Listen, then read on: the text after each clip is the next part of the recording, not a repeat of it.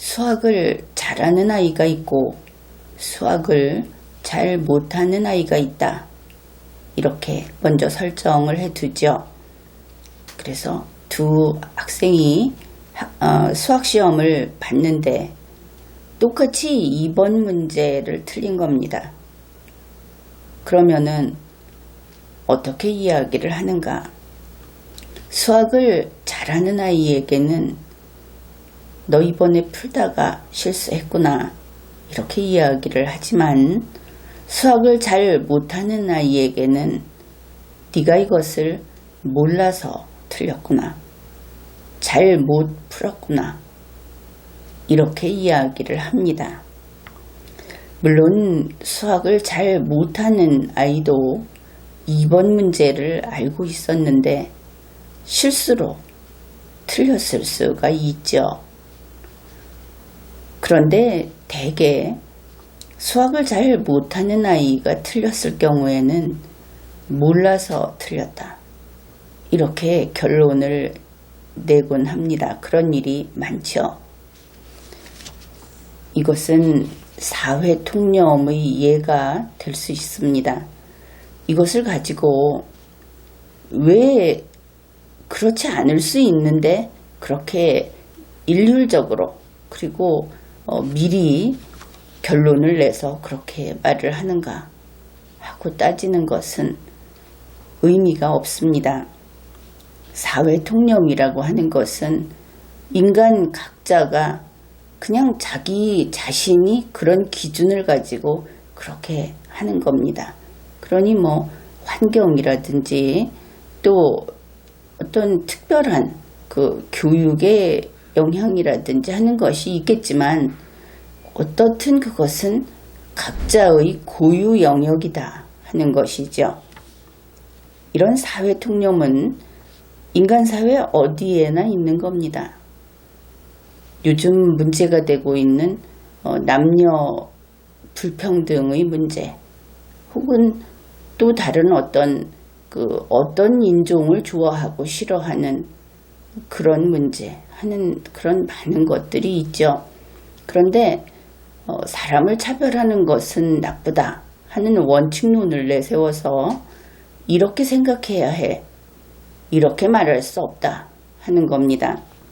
그것이 옳지 않다 하더라도 그 영역까지 관여할 수 없고 이러한 사회통념이 사람을 특별히 어떤 특별한 사람들을 좀 싫어하고 또 어떤 특별한 사람들을 차별하고 하는 이 본능적인 거의 본능에 가까운 이런 특성이 있는 이 부분은 스스로 깨달아서 오도록 끊임없이 환경을 조성해야 하는 것이지 이것은 옳고 이것은 틀리다 하고 결론을 낸다든지 강제로 부목을 대서 곧바로 이렇게 똑바르게 바로 잡으려고 한다든지 하는 것은 오히려 옳게 보이는 그 행위가 죄악이다, 범죄다 이렇게 이야기를 하겠습니다. 그래서 이러한 사회통념은 사실처럼 우리가 사실은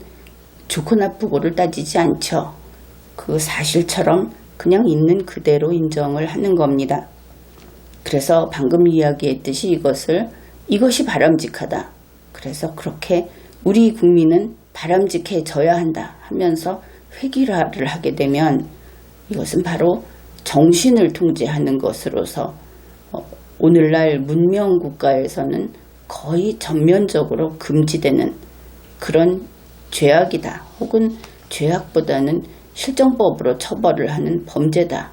이렇게 알아두면 되겠습니다. 그래서 사회통념은 있는 그대로 인정을 하는 거다. 그런데 정부 통제에는 어떻게 될 것인가? 정부가 많은 통제를 하죠. 그것은 당연히 법에 기반해서 통제를 합니다.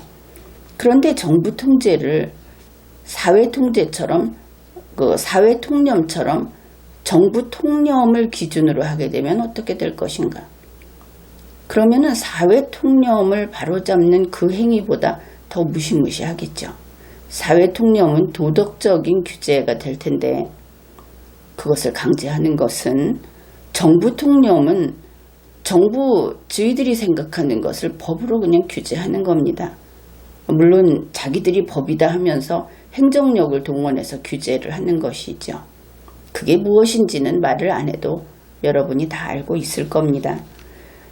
그냥 그 형식적으로 이야기를 하자면 정부가 자신의 통념을 국민에게 자신의 통념을 기준으로 이런 행정 강제를 한다든지 하게 되면 이것은 정부가 형법을 제정하는 것과 같은 짓을 하는 것이다. 그게 안 된다 하는 것은 누구나 알고 있는 일입니다. 이와 관련해서 이제 가짜뉴스 이야기를 하려고 합니다. 청와대 정책실장 김상조는 오보하고 그러니까 틀린 보도 이렇게 되겠죠. 그거하고 가짜뉴스를 구분해서 이야기를 했습니다.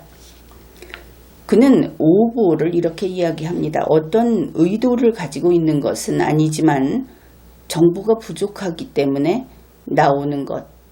결국 정보가 부족해서 틀렸다 하는 것이 바탕에 있죠. 여기에 대해서는 청와대는 정확한 정보를 제공하고 설명을 제공한다. 그의 말은 이런 내용입니다. 여기에서 우리가 알 수 있는 것이 그렇다면 김상조 씨는 아마도 지금 이야기하는 것이 정보가 전부인 정보, 거기에 해석이라든지 다른 것이 붙어 있는 것이 아니고 그냥 오늘 회의는 오전 몇 시에 한다. 이와 같은 그 정보 자체가 전부인 그것을 이야기하는 것처럼 그렇게 보인다. 그렇죠. 그런데 여기에서 문제는 청와대의 정보만 정답이고 그것만 옳다 하는 입장을 아주 의심 없이 그것을 그냥 공표한다 하는 것을 알 수 있죠. 왜냐하면 상대방은 우리 국민들은 정보가 부족해서 틀릴 수 있는 자들이고 청와대가 정확한 정보를 주겠다. 그러니까 애초에 청와대의 정보만 옳은 것이다. 이것이 바탕에 깔려 있다 하는 것을 우리가 그 부분에 주의를 해야 합니다. 그러니 청와대는 100% 진실하고 청와대가 하는 것은 그것만이 정답이다. 이렇게 되는데 그것을 인정할 수 있습니까? 우리는 그것은 아니다 이렇게 생각을 하죠. 그들이 어떻게 그렇게 완벽하겠습니까? 그렇다면 그들이 완벽하지 않다면 이제 이런 이야기가 됩니다. 완벽하지 않아도 건드리지 말아라. 청와대 말만 따르라 하는 것은 청와대의 정보는 신성 불가침이다. 이렇게 되는 겁니다. 그러니 우리나라 안에 있는 모든 정보는 청와대와 일치해야 한다. 청와대하고 달라질 때는 오보로 된다 하는 것을 알 수 있습니다. 일단 김상조 씨는 오보에 대해서는 어떻게 제재를 가하겠다 하는 이야기는 없고 정보와 설명을 제공한다 그랬습니다. 그 다음에 그는 가짜뉴스를 설명을 합니다. 그것은 어떤 의도를 가지고 왜곡하는 것이다 이랬습니다. 예를 들기도 했는데 일본이 무엇인가를 조작해서 한국의 금융위기를 유발할 수 있다고 하는 것은 가짜뉴스다. 이렇게 말을 한 겁니다. 어떻든 어떤 의도를 가지고 왜곡한다라고 한다면 어떤 의도는 되고 어떤 의도는 안 되는 것인가? 무엇은 왜곡이고 무엇은 왜곡이 아닌 것인가? 왜 가짜뉴스는 비난받아 마땅한가? 모든 것이 그들의 마음속에 있죠. 그들의 머릿속에 있습니다. 다시 말해서 모든 기준이 청와대 혹은 문재인 씨의 주관에 다 따르게 되어 있다. 다시 말해서 이것은 이제 정보의 풀이도 들어가겠죠. 왜곡한다 이렇게 하니까 청와대가 원하는 대로만 보도하라. 청와대가 원하는 대로만 해석하라. 이런 것입니다. 청와대와 다르면 가짜뉴스다. 이런 뜻인 것이죠. 다시 말해서 이것은 정부가 어떤 정보를 보고 이것은 오보다 하고 도장을 찍으면, 이것은 가짜 뉴스다 하고 붉은 도장을 찍으면, 그러면 그냥 그렇게 되는 겁니다. 기준이 뭐냐? 정부의 통념을 기준으로 판정을 한 것이다. 이것은 헌법에 위반되는 것이고, 이와 같은 행위를 하는 것을 독재라고 부릅니다. 그 다음에 방송통신위원장 후보자 한상혁이라는 사람이 또 언론에 나왔습니다. 그도 이제 가짜뉴스 이야기를 한 것이죠. 가짜뉴스 내지 허위 조작 정보는 표현의 자유 범위 밖에 있는 것이다. 이렇게 말을 했습니다. 표현의 자유는 대한민국 헌법이 보장하는, 국민에게 보장하는 거의 이것을 기본권이라고까지 이야기를 해야 하겠죠. 그것이 없으면 사상의 자유도 없고 인간의 머리를 남에게 열어놓고 살아야 하니까. 그래서 그가 가짜뉴스 내지 허위 조작 정보는 헌법의 보호를 받지 못하는 것이다 라고 이야기를 함으로써 아무 때나 얼마든지 칼을 댈 수 있게 되는 겁니다. 그는 규제하겠다고 한 것이죠. 예를 들었습니다. 악성 루머를 SNS에 유포하고 이에 대한 대가를 받는 서비스가 있다. 이것은 인터넷 환경에 악영향을 준다. 그것이 이제 그런 예다. 이렇게 말을 했는데, 말은 그렇지만 이것이 귀에 걸면 귀걸이, 코에 걸면 코걸이라는 느낌이 매우 강하지요. 그는 또 이런 이야기도 합니다. 다른 나라처럼 극단적이고 의도적인 허위 조작 정보에 대한 체계적인 규제 제도를 준비하겠다. 얼마 전에 독일에서 엄청난 금액을 벌금을 과하겠다고 한 보도를 생각을 할 수 있습니다. 결국 이런 내용을 정리해보면 이렇게 되죠. 방송통신위원회에서 가짜뉴스를 규제하겠다. 그리고 어떤 정보가 의도적이거나 극단적인 허위 조작 정보인지는 그것은 방송통신위원회가 정하겠다. 그리고 어떻게 그것을 통제할지도 정하겠다고 한 것을 알 수 있습니다. 그러니 기준 그리고 처벌 이것도 다 결국은 문재인 정부가 정하겠다 하는 것이죠. 이것은 헌법에 위반되고 또 이것은 독재이다. 그렇게 결론부터 이야기를 하겠습니다. 8월 13일 오전에 문재인 씨가 국무회의에서 또 가짜뉴스 이야기를 했습니다. 내용이 이렇습니다. 정부는 근거 없는 가짜뉴스나 허위 정보, 과장된 전망으로 시장의 불안감을 주는 것을 경계해야 한다. 물론 경제 상황하고 관련해서 이야기를 했다고 하는데 과장된 전망이란 말이 들어간데 완전히 등골이 서늘하죠. 숨도 쉬지 말라는 그런 표현이다. 이것을 알 수 있습니다. 그러면은 이 근거 없는 가짜 뉴스나 허위 정보, 과장된 전망이 무슨 뜻이냐? 청와대 관계자가 기자들 앞에 나와서 이것을 설명을 했다고 하죠. 언론사만이 아니다.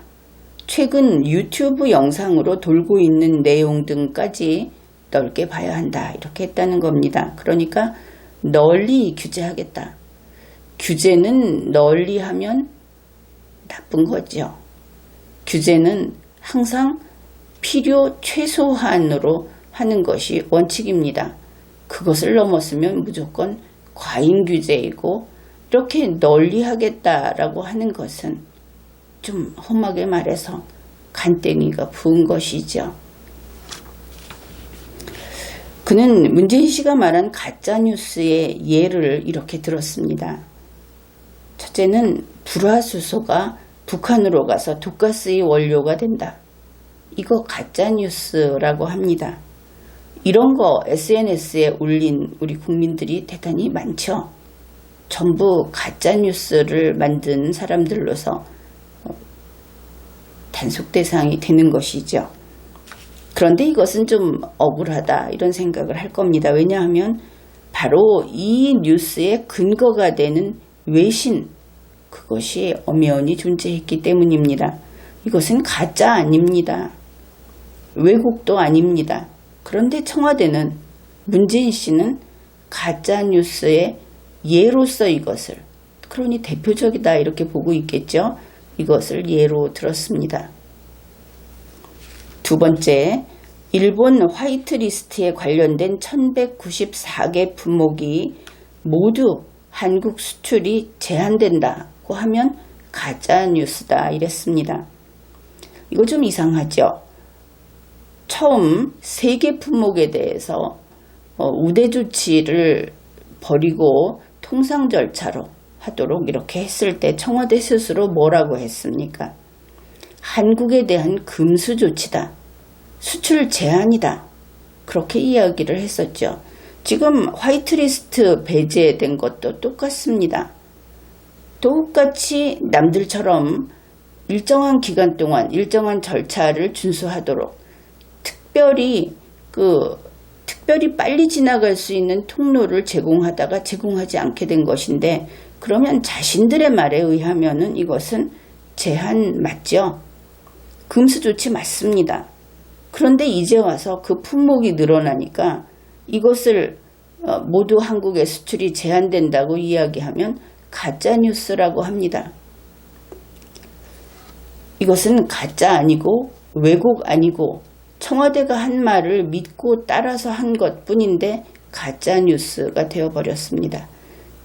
지가 하면 괜찮고 국민이 하면 안 된다.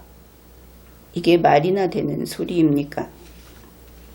그러면서 왜 그런가에 대해서도 설명을 합니다. 그것은 이런 내용이 결국 불확실성을 더 높이는 결과를 낳기 때문이다. 그러니까 이제 경제 상황과 관련한 이야기니까 이런 뜻입니다.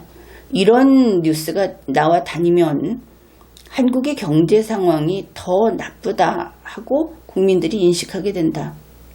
한국의 경제 상황이 더 불안하다. 이렇게 국민이 인식하게 된다. 그러니 단속하겠다 하는 것이죠.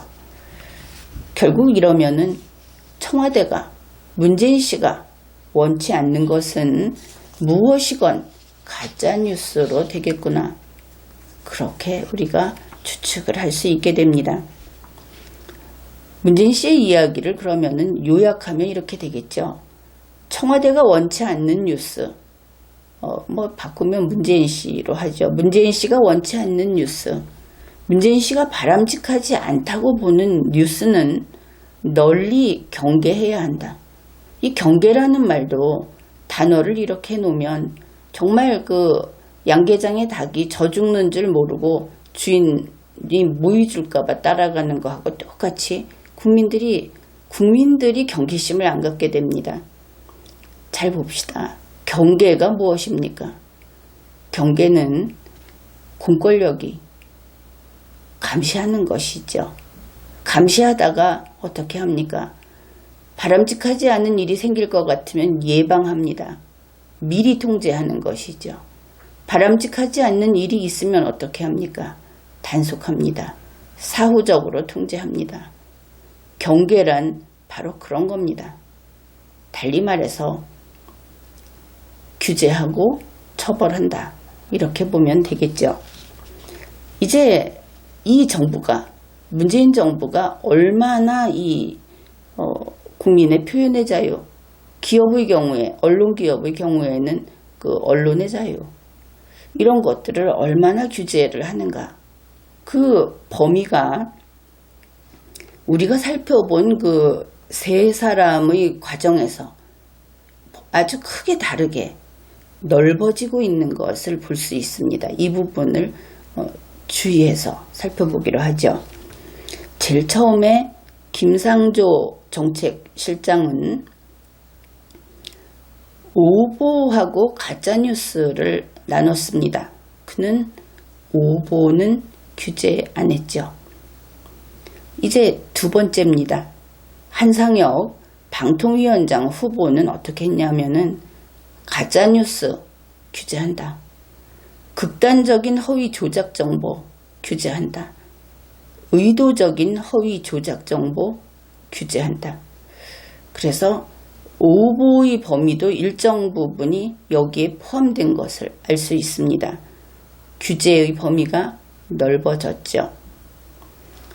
그런데 여기까지는 그래도 행위자가 잘못해서 그렇게 됐겠거니 할 수가 있는데 이제 문재인 씨한테 가게 되면 기가 막힙니다.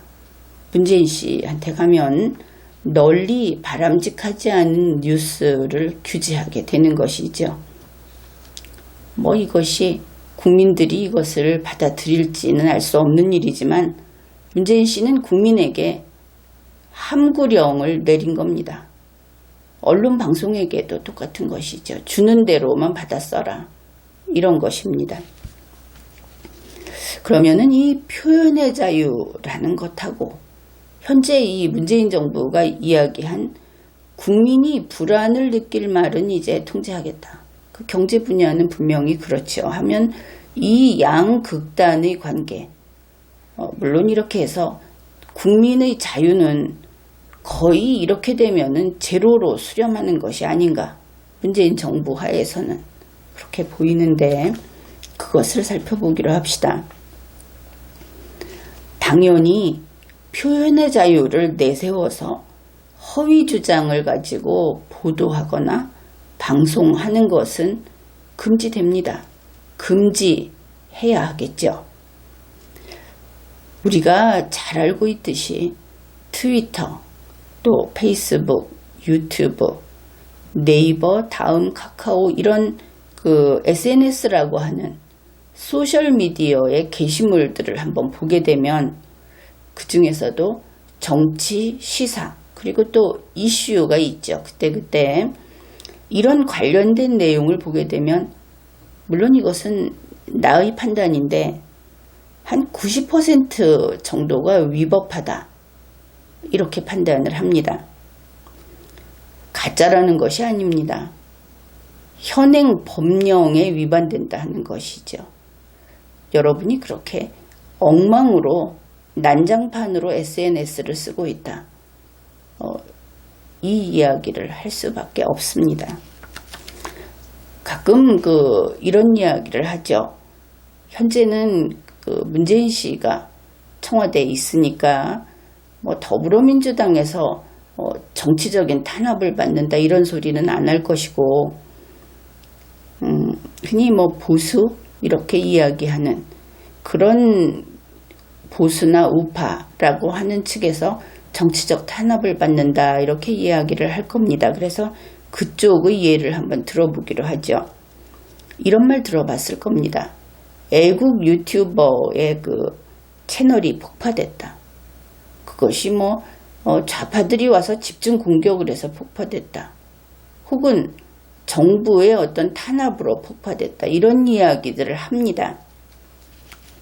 그러나 물론 세상에는 별의 별일이 다 있습니다. 그러나 그 별의 별일이 아니라 정상적인 인간이 사는 세상에서 질서가 있는 세상에서 특히 유튜브는 미국 기업이죠.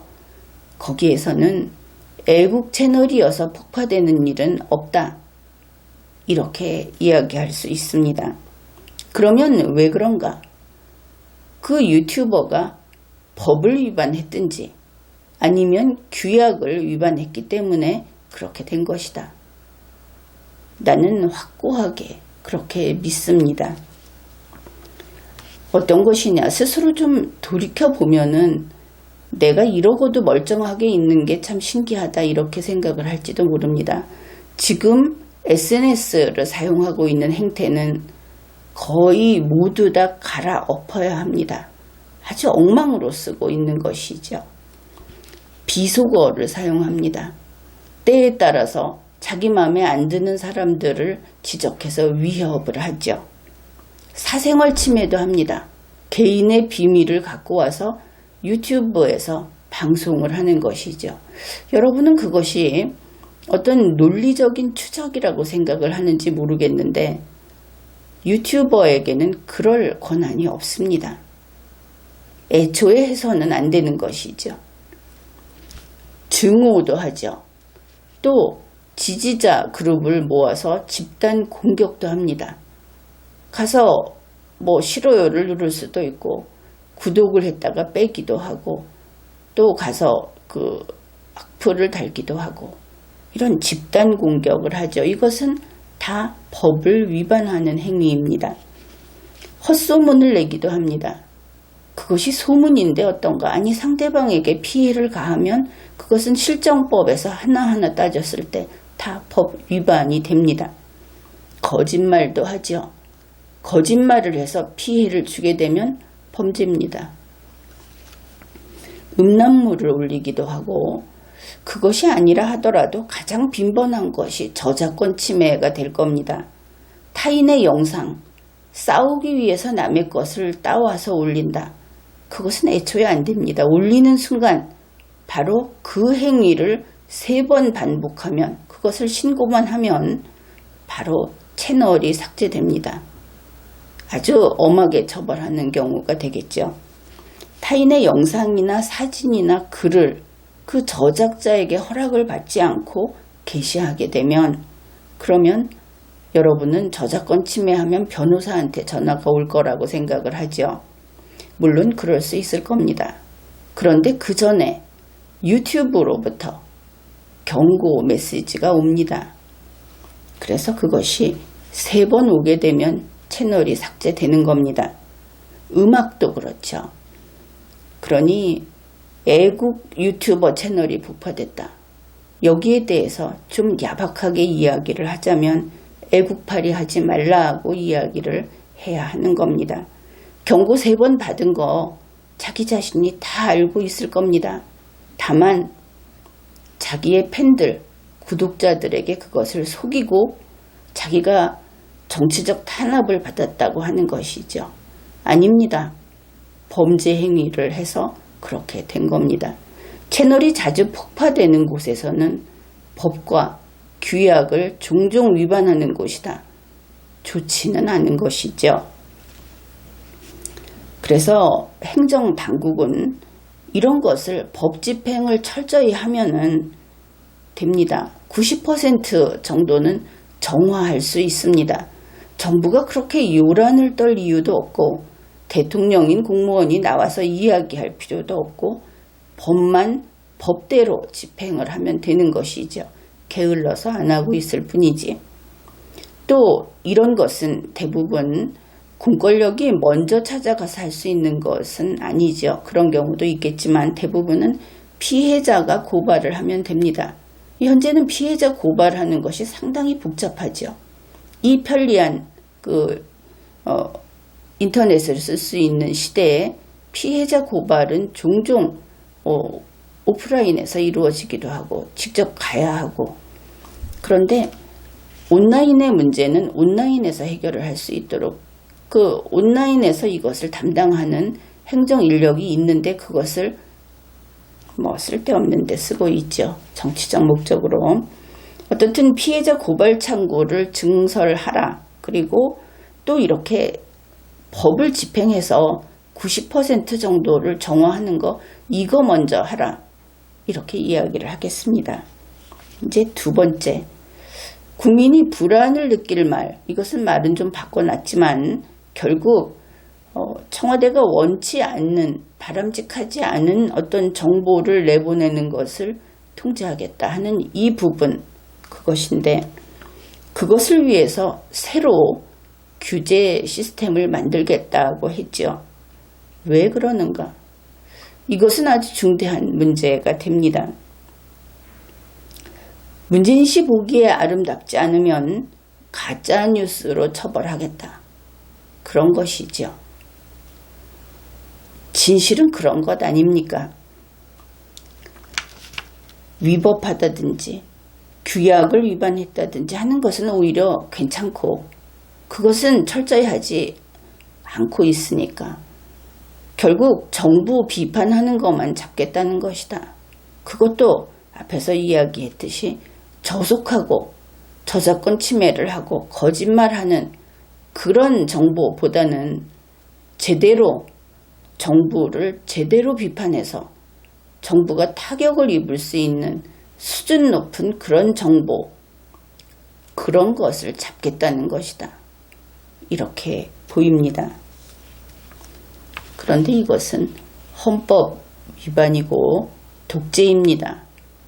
그러한 행위를 중지하기 바랍니다. 지금까지 리걸마인드 연구소였습니다.